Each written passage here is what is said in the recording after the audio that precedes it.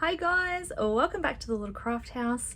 I've got another polymer clay tutorial for you guys today, but we're not going to do jewelry. Instead, let me get it. Instead, we're going to make a beautiful little trinket dish with feet. This one is lots of fun to make. It's something a little bit different to my normal style, so I thought we would give this one a go together.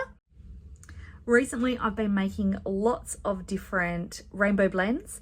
If you check out my reels and shorts on Facebook, Instagram, or here on YouTube, you'll see a lot of different color combinations that I've been doing. Well, I thought I would do something different instead of the earrings. So if you've been following along and making lots of blends too, this is another great way that you can use them. So I hope you enjoy the tutorial. Let's get started. Okay, so I'm going to choose some colours to work with today that I don't usually work with. So greens aren't normally my thing, but I think we will work with the greens, the gold, and a white. So both these two here are souffle. This one was souffle jade. It's the last bit that I've got, so I'm hoping that it is enough for what we're going to do today. I'm also using the souffle pistachio. I've got souffle igloo, and this one is primo gold. So all the Sculpey range. And I'm just going to cut off a piece of each of these to be about the same size as this one. Now, one thing with the gold, I've mentioned this before, it's actually quite ugly while it's on the block. It looks gross, but once you condition it up, it actually takes on a really nice, it kind of changes color a bit because it like remixes up all that mica and everything that's in there, and it ends up looking sort of more like what's on the edge there. It's much more shinier and nicer. So I didn't use this block of clay for a really long time because every time I cut it, I thought it looked really, really ugly. But yeah, after conditioning, it does change. So I'll show you that in a second.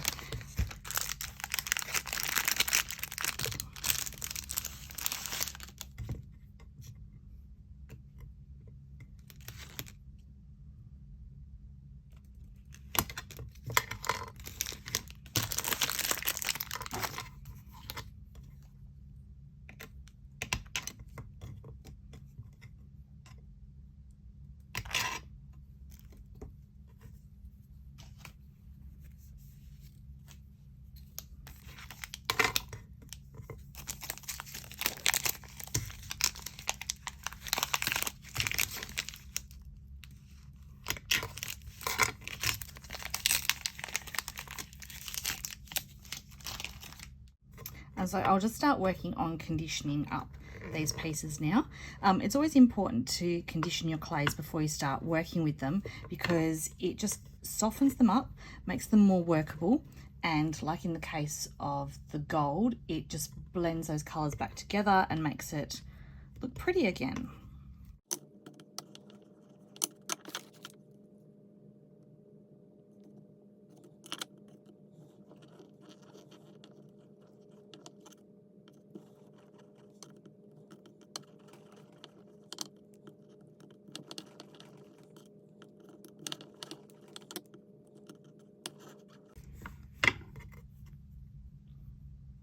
See, now it has that beautiful shine to it, and it's no longer got that ugly brown dark look to it.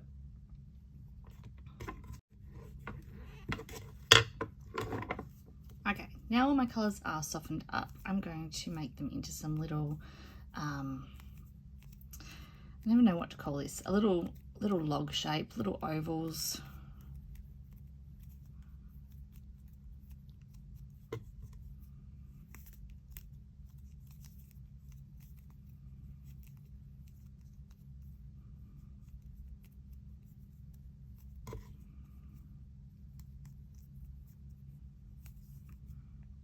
Now, there are lots of different ways that you can make your rainbow blends. This is the way that I prefer to do it. I know that there are other ways where you can cut your pieces into triangles and send them through the machine. I've done that before. It doesn't work for me, or it does work, but it's no advantage to me to do it like that. So I feel like it just takes me longer because I'm trying to get things in nice triangles, whereas this way is just nice and simple. things don't have to be completely even. It doesn't really matter. You can just put your clays together like this as is. We can make them into little triangles like this, but I'm not going to be rolling them out and cutting them into nice triangles and that sort of thing. Every time I do this, I get people telling me that that's the way I should do it. That's not the way that I want to do it. This is the way that I want to do it.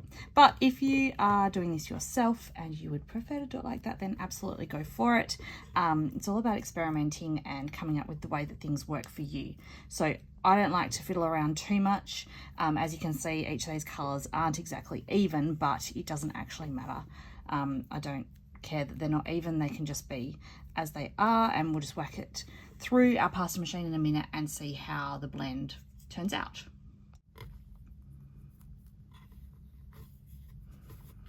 So what I will do is line them all up, and then because obviously they're quite thick, I can't shove them through the machine like that.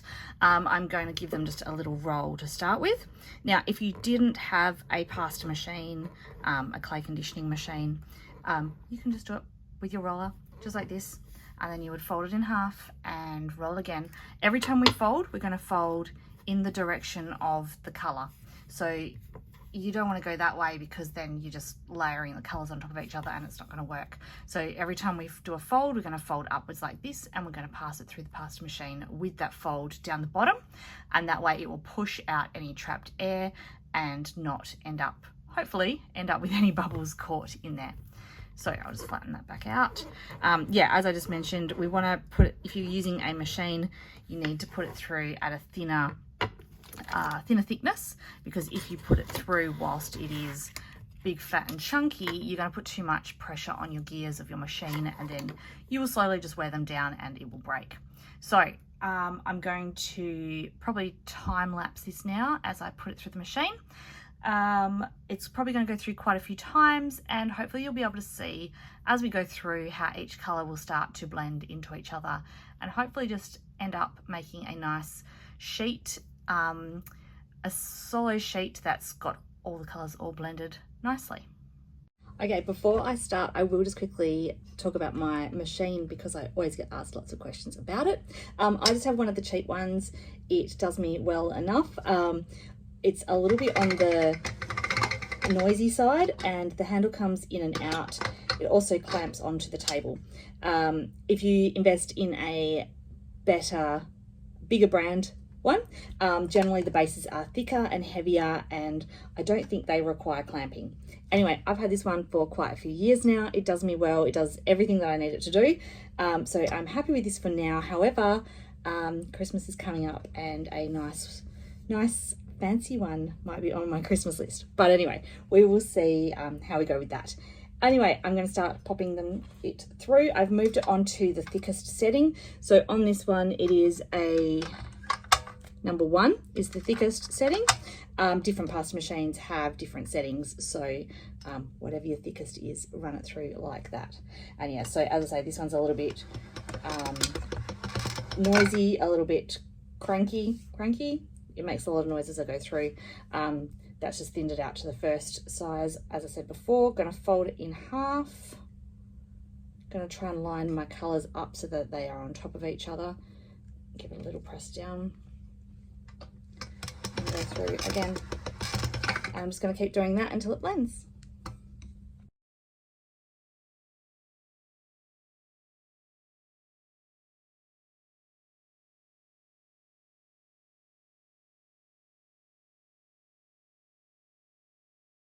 Okay, so that is it put through quite a few times. I lost count of how many times. It was a lot. It's still a little bit liney to, like, each of those strips is a little bit more prominent than what I would have liked, but that's okay. We're going to work with it. I'm not going to put it through any more times. I did put it through at a thinner setting, so that way it stretched it out a little bit, because I don't want my overall product to be too thick. So yeah, I've just moved the thickness level down just a couple of notches to thin it out a bit, and also stretch it out a bit as well. I'm going to pop this to the side for the second, and I'm going to now roll out a piece of black. This is going to be our base, because I've decided that we're going to back this with the black as well. So I'm just going to roll this out and probably put it through the machine at the same thickness as that blend.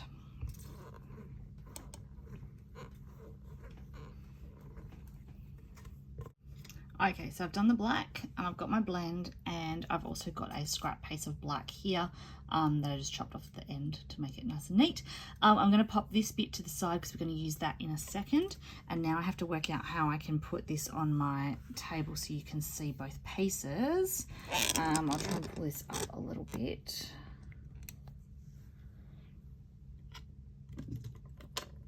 And I'm just going to start by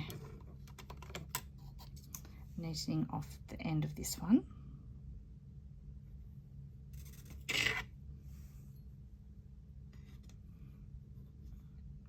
Now, as I cut my slices, it doesn't matter. I'm using my flexi blade because it doesn't matter if it's a little bit wibbly wobbly. So usually if I'm attempting to make things with straight lines, I will use my rigid blade, which is nice and firm and straight. But today I want it to have a little bit of wibble wobble, so it's fine that I'm using this one, because as I just cut off that edge piece there, I don't know if you can see it, you can't now, I've lifted it up, it didn't cut straight, but yeah, that's totally fine, it doesn't matter. So I am going to start cutting some thinnish strips with this, and what I'm going to do is as I move it onto the black base, each one I'm going to alternate and turn around. Now, let's just see a second. Might go that way.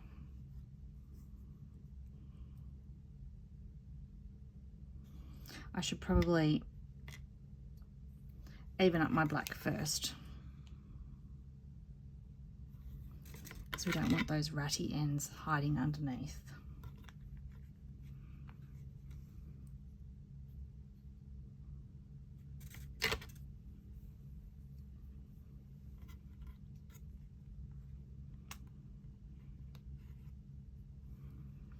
And as I place each one of these down, if those end bits hang over, it is fine. I don't mind having overhang of the colour. I just don't want the black underneath to be all shabby.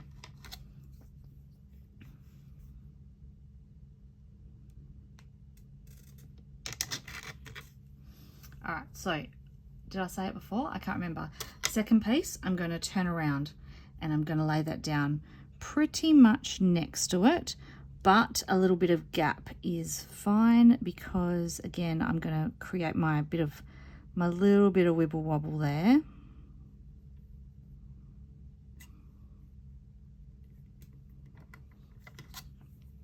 And I'm just going to keep doing this the whole way. So every second piece I'm going to turn around and do in the opposite direction.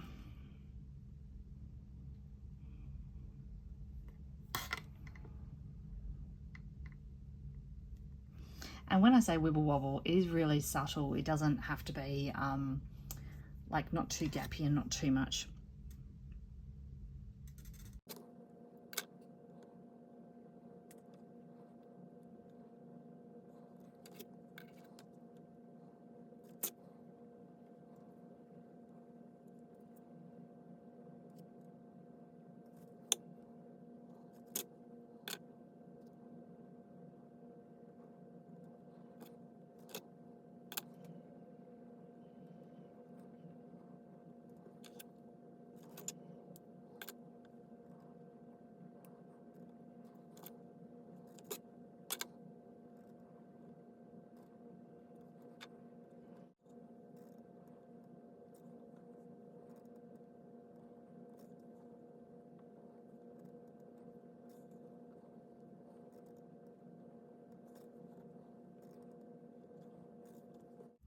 Okay, so with the scraps, I am going to roll them up.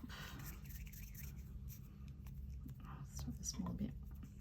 I'm going to roll them into a big, long, snaky shape.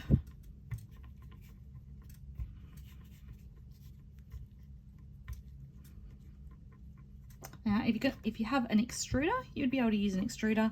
I like to do it by hand because I want it to be uneven. So if you use an extruder, it'll be pretty perfect. whereas by hand you get these little fat bits and skinny bits and all sorts of like odd shapes. And that's what we're after today. We want all those little odd bits.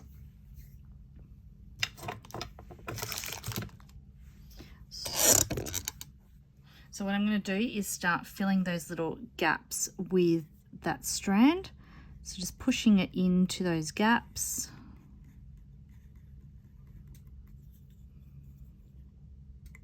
I'm chopping it off there. Now obviously some bits are going to be fatter than what they need to be, so I can just roll them down a bit.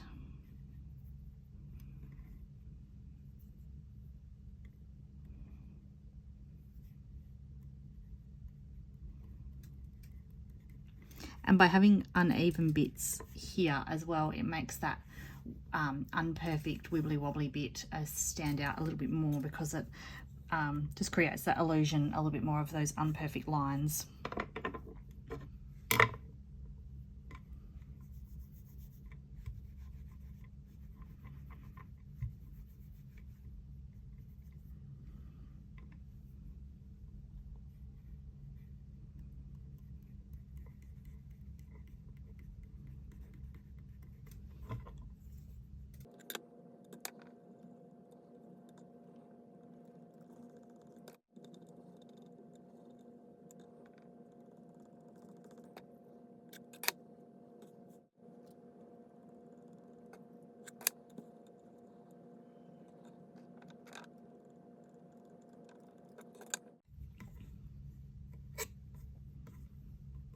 All right, so I filled in all the gaps. Oh, I'm getting it stuck to me.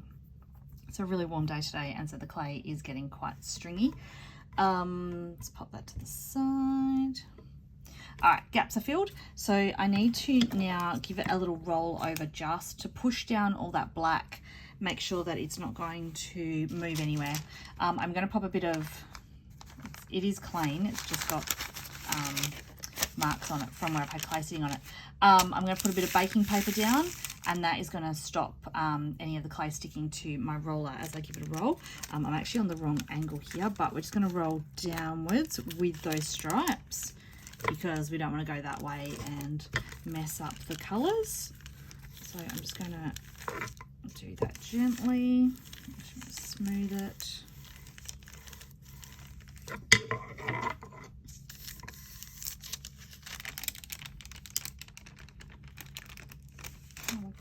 That looks so good.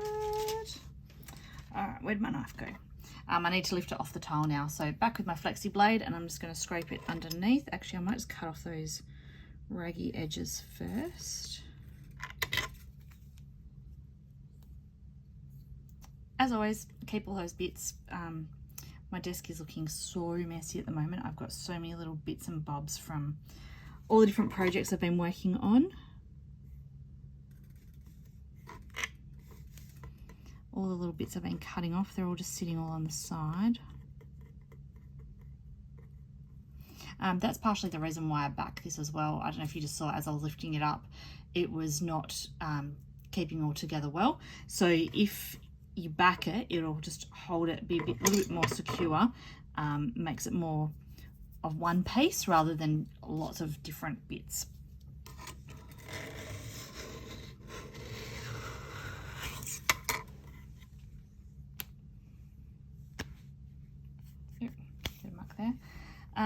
So there we go. So that is that beautiful slab now. It's all nice and one thickness. It's all as one. What I was thinking I might do with this, I'm thinking I might make it into a trinket dish, because it is so nice being able to see all those colors. And I think if I grab a cutter, let's just go with a circle. I think you kind of lose it because you don't get, I suppose you do get all the colors, but it's a bit stripy. I think I'm gonna do a trinket dish today. We've done lots of jewelry recently. I'm gonna find a dish that we can use to do our base. I'll be back. Okay, I've just raided my kitchen cupboards, and this is the only bowl that I can find that is wide but with the little lips up. When I usually do my Trinket dishes, I do smaller ones, so nothing as big as this. Now I kind of wish I made this a little bit bigger, but what I'm going to do is place it in the middle so just the edges curve up, and that should be okay. Let's make sure that it's as even as I can. I'm not going to push it. I'm not going to push it down because I don't want it to stick to the bowl. But what I'm going to do now is it's just going to have just a slight raise around the edges. I'm going to pop this into the oven to bake now, probably just for about, I'll probably do 10 to 15 minutes.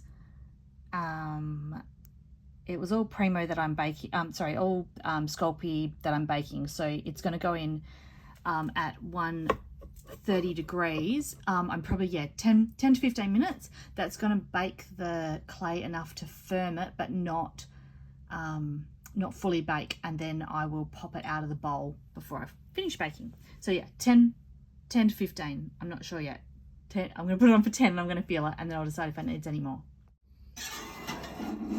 It only just fits in my oven. I was going to put it on a baking tray, but it's not going to fit.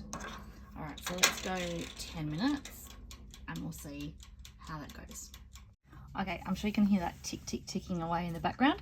While that is happening, I'm going to grab that little piece of black clay left over. I'm going to pop that through the pasta machine. There we go. And I am going to cut some circles out of it.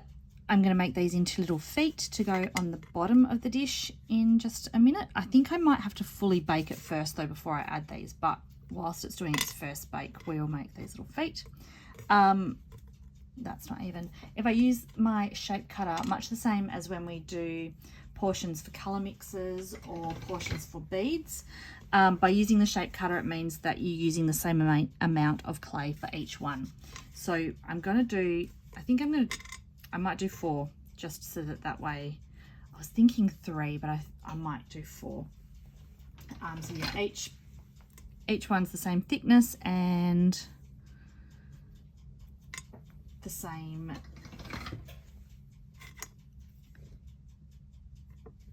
shape is being cut out. So therefore now I have 4 even pieces. Just clean the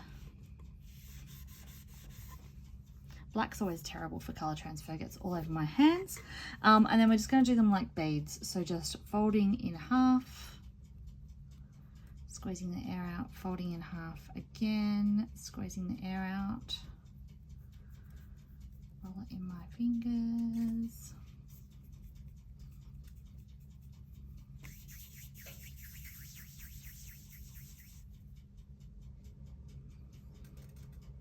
Perfect.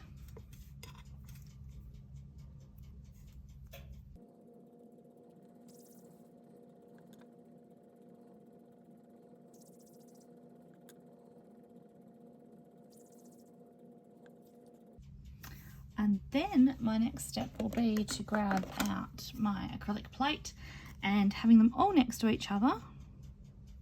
I'm just going to give them a little squish, and this will put a little flat top and flat bottom on.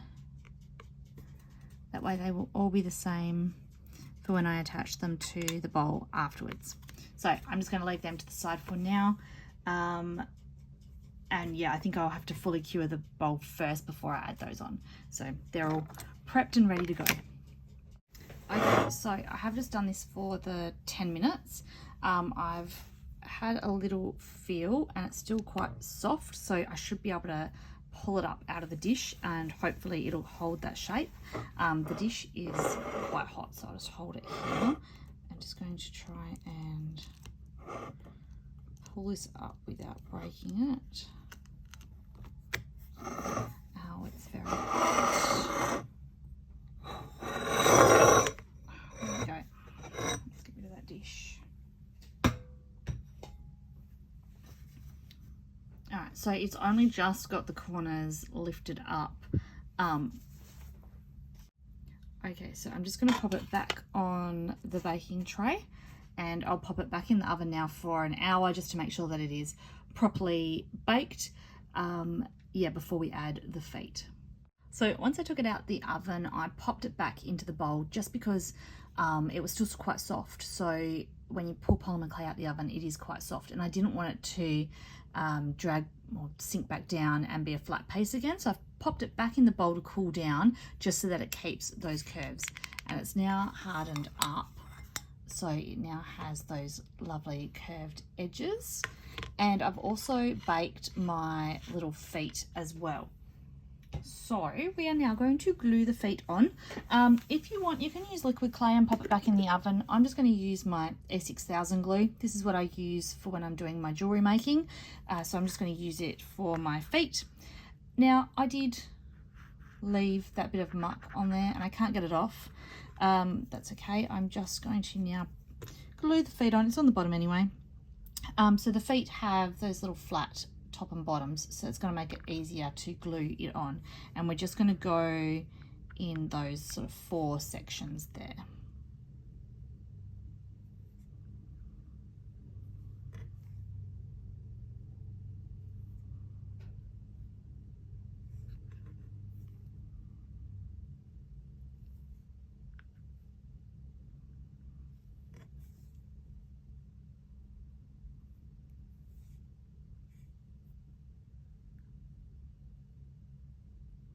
One, 2, 3, 4.